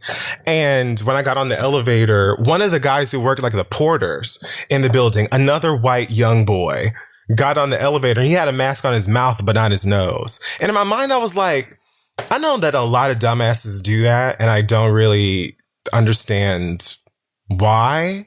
But like, I would assume that since like you're at work, that like you must have like a boss or somebody that's not playing that, right? Because again, they have been on our asses about these mask shits in this building. So then I almost wanted to be like, could you, because I mean, what you do wherever else, I guess, is your business, but I'm in here and I would like to live and also not kill anyone. Amen. But I didn't say anything.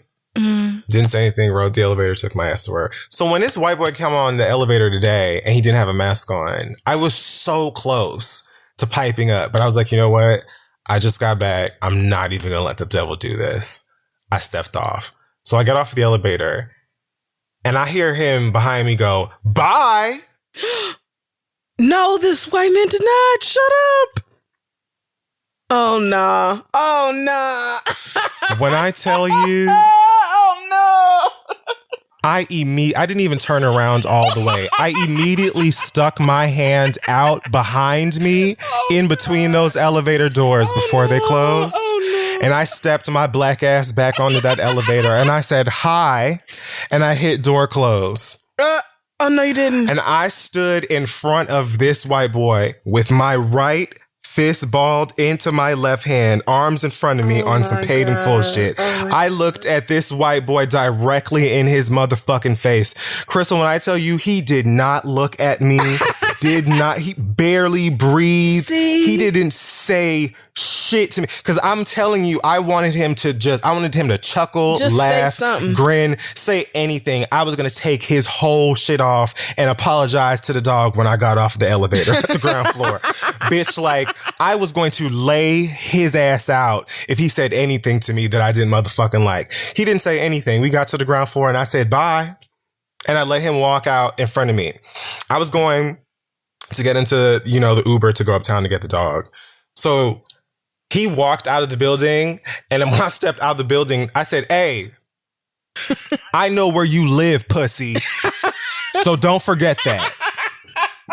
Oh, God. What? And he kept walking. Oh, Jesus Christ. And what I truly mean by that is like, bitch, I live here.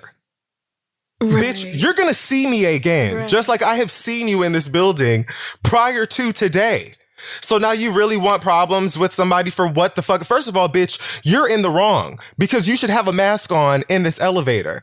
I don't give a fuck if I have a mask on or not. It's not like, are you dizzy, bitch? Do you feel like you could just do whatever the fuck you want? Everybody's supposed to wear the mask, nigga. That's the only way it works. Everybody got to wear it. I don't think that the Center of Disease Control was like, bitch, wear a mask unless somebody else got one on. Then you could. What a mess. No, see? And how he tried you. And then when you got back on the elevator, he had shit to say. I don't think that he expected, like, I don't know, maybe my sweatpants are tight. Like, maybe I was giving shape and so he was non-threatened. I don't know what it was. He just... Because I didn't say anything to him. I just stepped off and he was just, bitch, you could have just I was doing you a favor. Right. Now you get to ride on the elevator by yourself with your dog. But you wanted to have an attitude and try and get cute and pipe up. Not to my black ass, not to motherfucking day. Because let me tell you something, I will beat your motherfucking ass and I will come right back into my motherfucking house with my dog. And ain't nobody gonna say shit to me, do shit to me. I wanted to pull back up to the apartment so bad, to the building, and have him have been like in the lobby, had complained. Like I wanted him to have said something or whatever.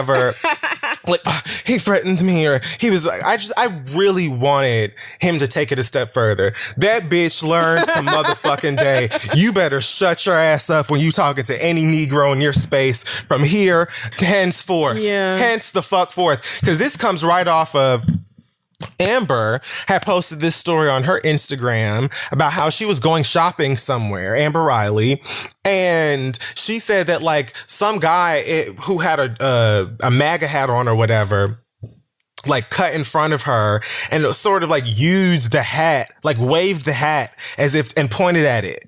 As if to say, like, girl, I'm a Trump supporter. Like that's let a Disney me pass. fast pass. Bitch, if you don't Right, get out like- my face. Oh my God. So she said she like waved to him like, bitch, I don't care about that. Like, go. So I like move so that I can go. And she said that this man spit on her car. What? See, that's what I get for skipping Instagram for a day. God damn. I sent her a message so fast. I said, bitch, I'll be in LA. I'm ready to throw hands whenever it is. Because No, at this this point, nigga I'm so nuts. goddamn tired of these motherfuckers. They feel so fucking, even when we were in Mexico, at one point, we were out by the beach. And again, our group intentionally made sure that we were not near nobody. Mm-hmm. But there was like a bit behind us, like off to the side, there was a group of like maybe 7 or 8 people, all white gay men, except one of them who was a white woman. Oh, no. Let's call her Karen. Oh, no. And, you know, so me and my niggas are sitting here and enjoying our wings and keeping our hand sanitizer by us and just being, you know, thanking God for life. And at some point, our homegirl, the white girl in that group, who, mind you, again, weren't even that close to us, but she was one of those like voices that was like, like, you know, when like someone's having a conversation like somewhere from or like a couple feet away from you or whatever, but you only hear that person. Yep. Like it was like all we could hear was her voice, and she had like the quintessential, like nasally, super annoying white girl voice, and was talking about like dicks and like dick pics or like just like dumb shit and cackling. And I just remember at one point laughing and saying, bitch, shut the fuck up. But like, I know I didn't say it for her to hear, but like I acknowledged to like within my group that she was already annoying us. Okay. So at some point she says to our friend Neff, like something about her bathing suit, like her top or something like that. And she said something like, because your friends was letting you sit there like that. So my homeboy Lamar turned and he turned to her and he was like, what did you say? What are you talking about? Bitch. Again, non-threatening. No one has raised their voices. Again, we're not even trying to exchange voice. He was simply trying to figure out what you were even talking about so that we could help our friend. And this girl was like, I can have an attitude too, or, you know, I could take off my glasses too or something like that. Cause I think that he had taken off his sunglasses or something to like actually figure out what this girl was talking about. And she just was like crazy hostile the entire time. It was just like, I don't care because, you know, you were going to let her sit there like that. And we can just go, we can argue if you want to do that, honey. And da da da. And literally no one is yelling or arguing. We're just trying to figure out what the fuck this girl's talking about. So at one point I turned around and I said, ma'am, shut up. We're done. Like, shut up. We're done. Because we will lay out all of your friends. Oh, God. Oh, Lord. And then you'll be here by yourself. And we'll still go home. So, like, and at that point, one of them white boys, like, got up and was like, okay, we're done. And then literally, that entire group got up and left. Of course it did. And she, no, except her. Like, they all left her there. Oh, no. They left her ass there. They was sick and of at some point, I like, my friend told me that like one of them said something about like she was on drugs, which explained a lot. But it was like, girl, where is this attitude coming from? Where is this audacity coming from?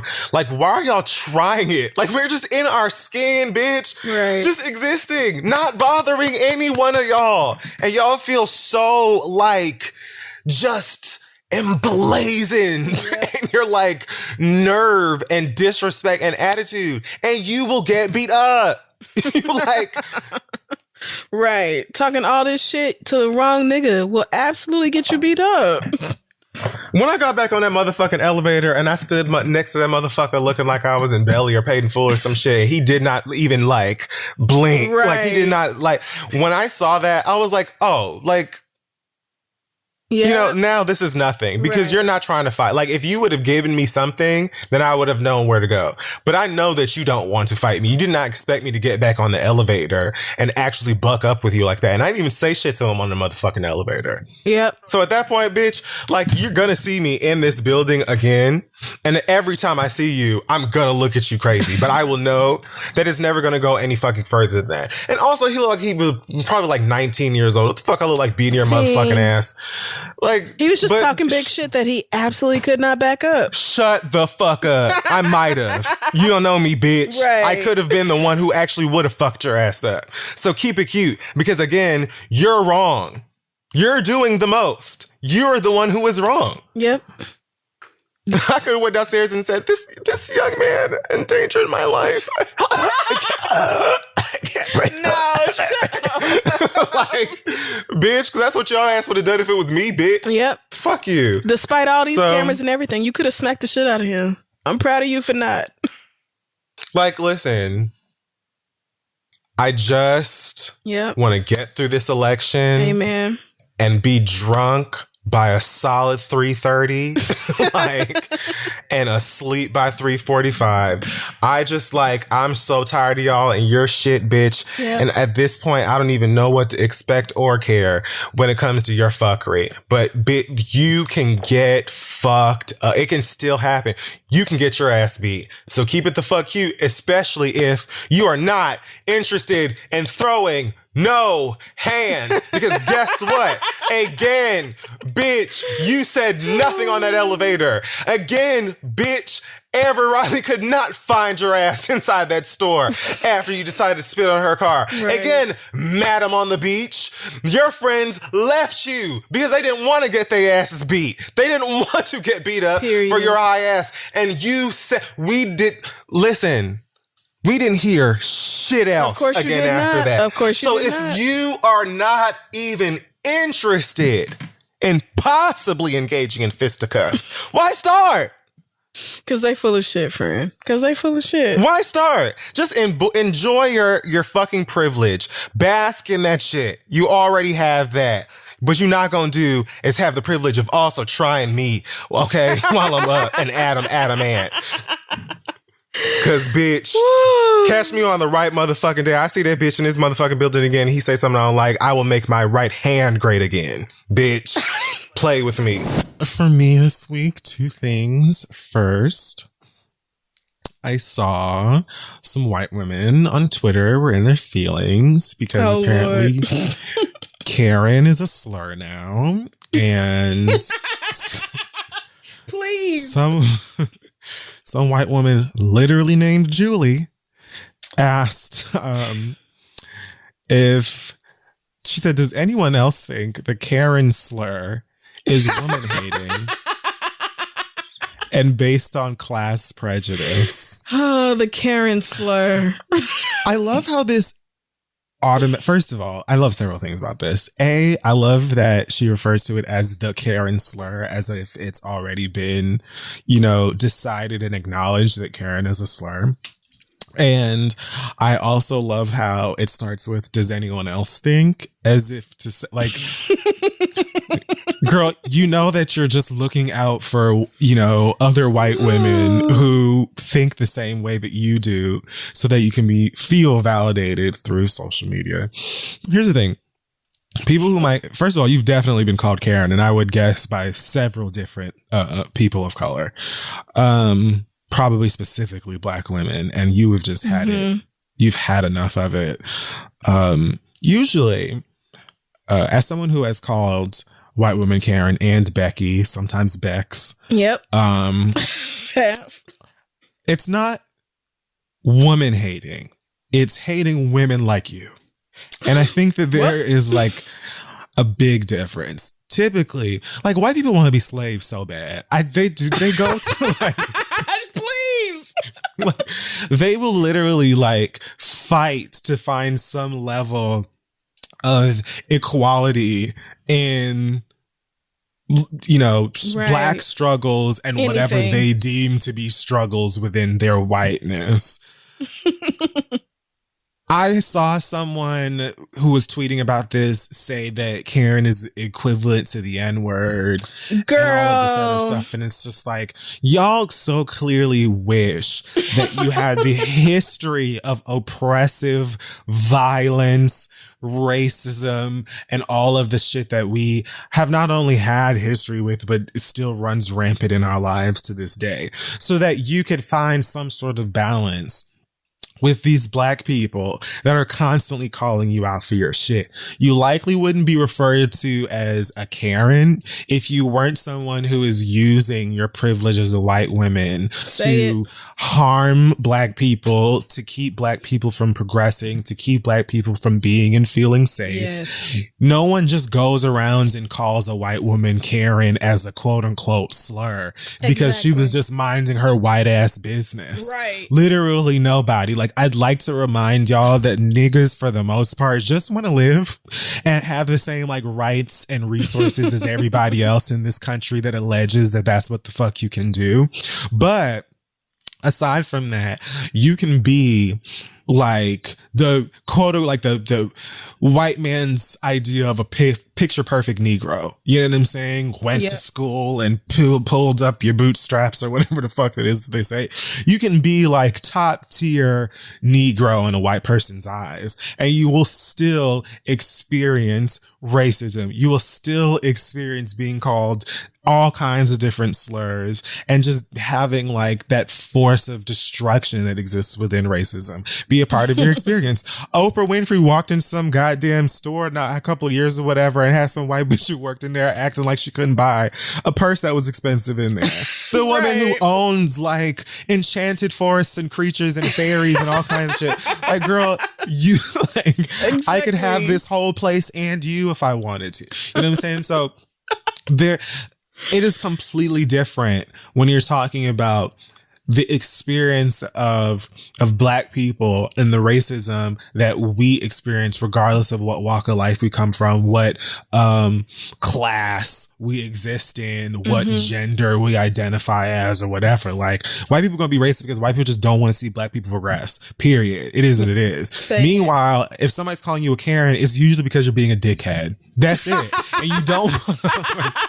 And your whiteness and your privilege stands in the way from you understanding and acknowledging that, so you could probably not be called Karen any fucking more. But so many of y'all, and many of them probably are upper middle class white women with haircuts like Link that like, go into Walmart and be ready to call the police on black people because, they have more than 10 items in the express line or some dumb shit. You know what I mean? Like, and so now all of a sudden you're trying to gather together with everybody else from Lululemon talking about some Karen as a slur. Go find something else to do. Get on Goop or like, find something else to do because this is some bullshit. I don't believe Karen to be a slur. Even if it is certainly not woman hating, and it is certainly not based on any of those other things. It is not anybody's motherfucking fault that so many of the same ass white women be up to so many of the same ass motherfucking actions and mess and foolishness that, might I remind you, often leads to ending black people's lives or freedom. So suck it up and get over your fucking selves, Karens. I hate that you could be at that age and even feel like I'm 24. It's too late for anything. No, when I was 24, all of my friends were also like a fucking mess. And I just did not feel this pressure that like somehow I was not doing well enough for myself compared to other people my age. I definitely think that I felt like a pressure to have my shit together so I could get where I was trying to go.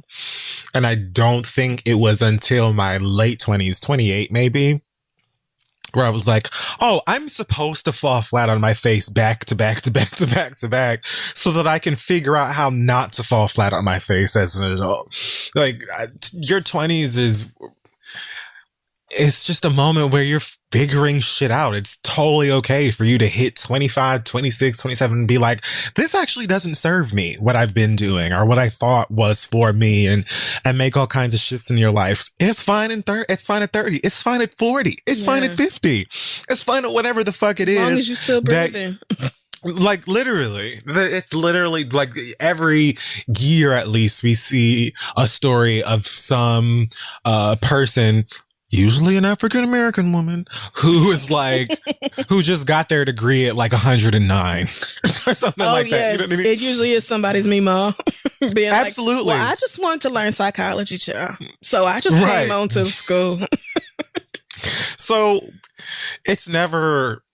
like you're never past a point where you can accomplish anything. But I do definitely relate with this idea of being in that age range and kind of feeling like, oh God, I missed, whatever opportunities, and this weird frame in your life where people sort of place this idea that you have to be the ideal adult and, have major mistakes already by the time you're like 22 or something, like when you're, I guess, a junior in college or some shit. I don't know what it is, but sweetie, look at these fucking 60 and 70-year-olds that are running this country. They don't know a motherfucking thing about nothing. Shit, girl. Not even almost. These bitches are so dumb, and they are much older than your 24-year-old ass. You've had all of the time in the world to figure out whatever the fuck it is that God needs you to figure out, hun. Yeah, I think you're coping with drugs and alcohol because that's what most of us cope with. And they're right there, and they are a lot easier than sitting with fucking terrible feelings, because that's you want a way to like, to rebuild yourself or to cope with this stuff without getting wasted every night. But that way is much harder than getting wasted every night. Yes. I just want you to know that and it's good advice. It works. The people are like, sit with your feelings when you're sad or frustrated or depressed or whatever, and just say, hey, depression, I see you, bitch. And I see that you are here existing with me, and, fuck you, sir, but I am not gonna try to drink you away, because that doesn't work. Like, all that shit is good. Meditating, there are lots of free apps, especially these days. I was about to say that, yeah. Meditating really fucking works. Journaling works. That shit is really good for you. Finding a different therapist, maybe. Like the first therapist, she sounds like a flop, but that doesn't mean another one won't. Oh, yes. Yeah.